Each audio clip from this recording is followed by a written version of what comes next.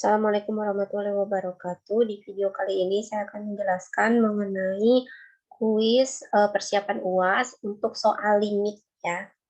Ini saya akan share jawaban dari teman kalian, kuis teman kalian. Ini kita lihat di sini.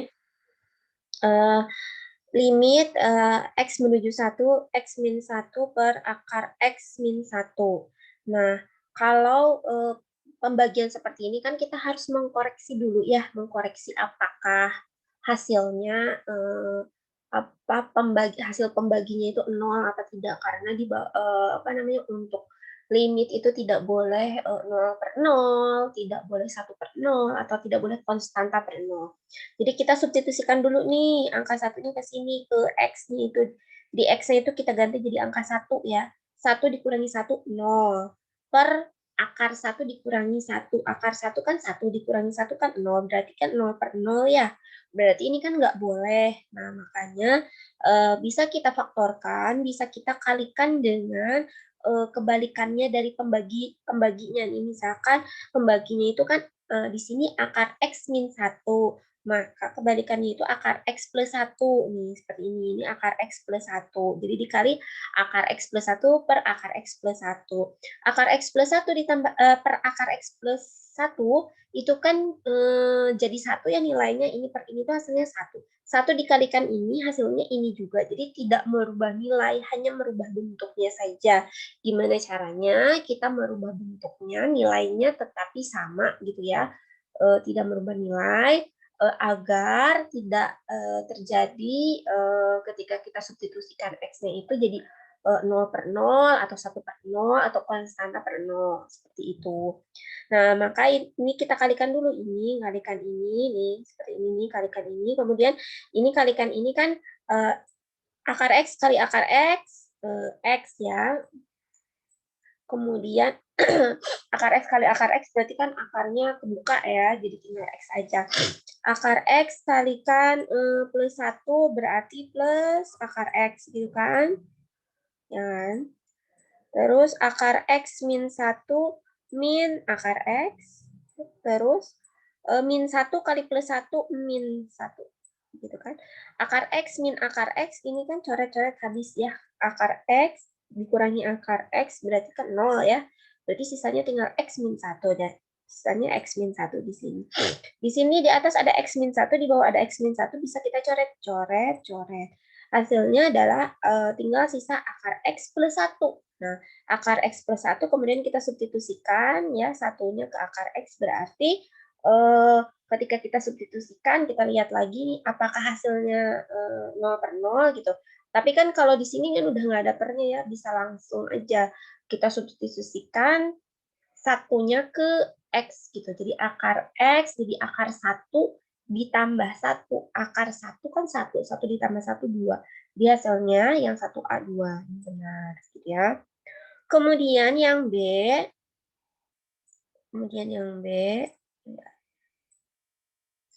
Ya. Untuk yang B. Ini kan yang B di sini.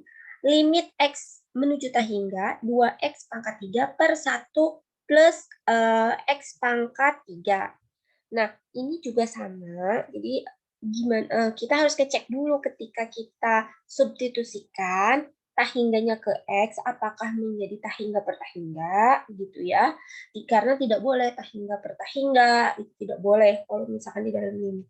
Kalau satu per tahingga atau konstanta per tahingga bisa hasilnya adalah 0, tapi tahingga per tahingga tidak boleh. Kita substitusikan tahingganya ke X di sini berarti 2 kali tahingga ya tahingga. 1 ditambah ini 2 kali tahingga pangkat 3 ya tahingga gitu ya. 1 ditambah tahingga pangkat 3 ya tahingga. Tahingga per tahingga itu tidak boleh. Oleh karena itu kita cari bentuk lain dari ini gitu ya, cari bentuk lain dari ini ya, agar ketika kita substitusikan X menuju tahingganya itu tidak terjadi tahingga per tahingga.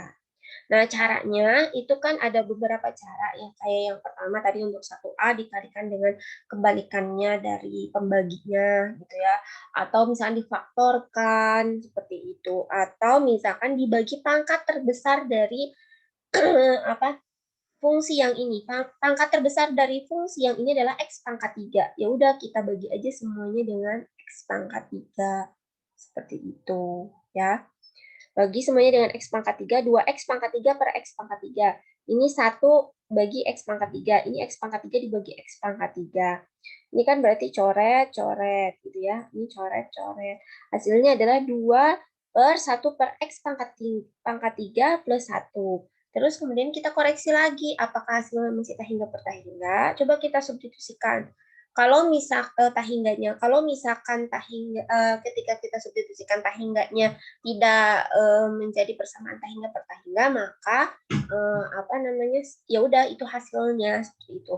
Jadi kita substitusikan 2 per 1 per tahingga pangkat 3 plus 1. 1 per tahingga kan 0 ya, berarti 2 per 0 ditambah 1. Kan 1 ya, berarti 2, 0 ditambah 1, 2 per 1 adalah 2. Jadi hasilnya adalah 2. Ini benar. Seperti itu. Ini untuk 1B. Kemudian untuk selanjutnya, ini untuk limit trigonometri. Pakai teorema limit trigonometri, di mana ketika sin AX per sin AX per A hasilnya adalah 1. Sin BX per B hasilnya adalah 1. Atau misalnya sin 2X per 2. Sin 2X per AX 1. Sin BX per BX 1. Misalkan seperti itu ya. Kemudian misalkan contoh lagi sin 2X per 2X 1. Kalau misalkan sin 3X per 2X berarti 3 per 2. Seperti itu. Nah, ini juga seperti ini. Di penjelasan Ibu di PPT-nya mengenai limit trigonometri itu bisa dilihat ya, kayak teorema limit trigonometri, teorema pertama, kedua, ketiga, dan seterusnya.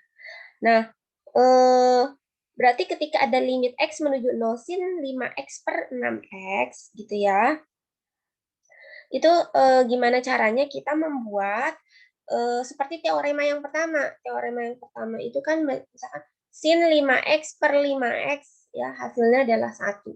Nah, gimana caranya kita membuat sin 5X per 6X itu jadi sin 5X per 5X.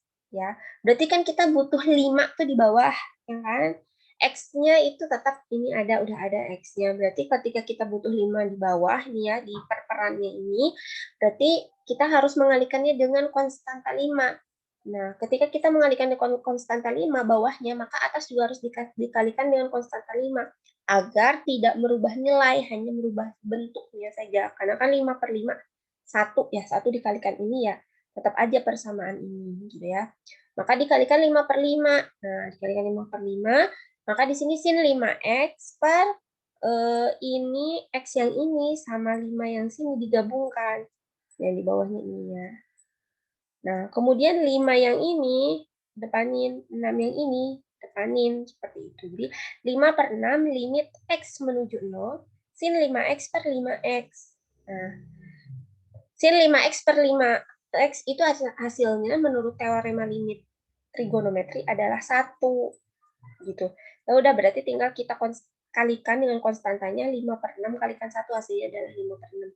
Bu, kenapa 5 per 6-nya dikedepanin, nggak dilimitin? Karena kan kalau misalkan limit dari konstanta ya konstanta itu sendiri gitu. Jadi nggak nggak ada pengaruhnya gitu, karena kan kita limitkannya X menuju 0. Jadi yang dipengaruhinya itu adalah X-nya.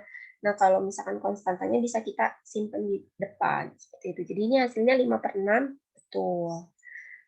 Itu untuk penjelasan soal kuis nomor 1C. Untuk limit beres ya. Untuk integral juga beres. Untuk UAS, soalnya nggak jauh-jauh dari kuis ya. Ini kisi-kisinya. Tapi kemungkinan nilainya saja, angkanya saja yang akan dibedakan. Jadi tiap orang angkanya akan berbeda-beda. Soalnya setiap orang akan berbeda-beda. Seperti itu ya. Itu saja mungkin dari saya. Assalamualaikum warahmatullahi wabarakatuh. warahmatullahi wabarakatuh.